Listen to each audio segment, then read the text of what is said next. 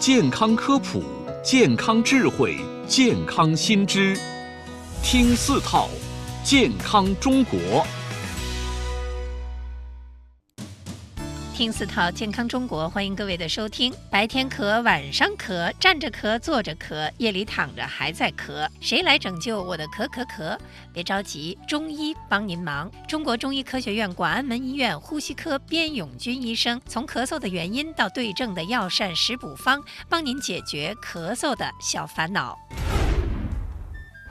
咳嗽了别犹豫，立刻就吃止咳药，对还是不对呢？这个问题太重要了。那么我们咳嗽之后，是不是要马上立刻去吃止咳药？这个止咳药不好使，是不是要再叠加另一个止咳药？其实这个我们应该说，治病的话要找到病根儿。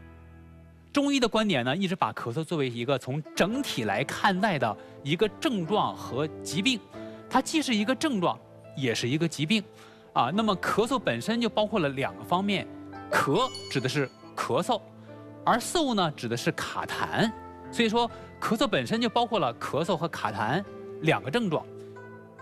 中医说呢，治病必求于本，我们要看引起我们咳嗽的原因是什么。比如你是受了风寒了，还是说体内有燥火了，或者说呢，有的人是因为情绪的原因导致肝火犯肺了等等。但是我们作为咳嗽来讲，它的原因很多，涉及到的脏腑也很多。中医说呢，5脏6腑皆令人咳，非独肺也。就是说我们人体的5脏6腑，它都可以通过这种经络和这种气化之间的和肺脏之间的联系，而影响到肺脏的气机的升降出入。只要肺的这个气机升降出入出现了一个异常，肺气不宣或者肺气不降，都会出现咳嗽。止咳糖浆治咳嗽是不是有效？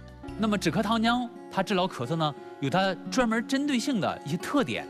比如说不同的止咳糖浆，我们常用的大概有那么3、4种。还有呢，我们最常用的止咳糖浆实际上是这种清热润肺的，就滋阴润肺的这样一类的糖浆多一点，适合于我们这种慢咳呀、燥咳这种咳嗽。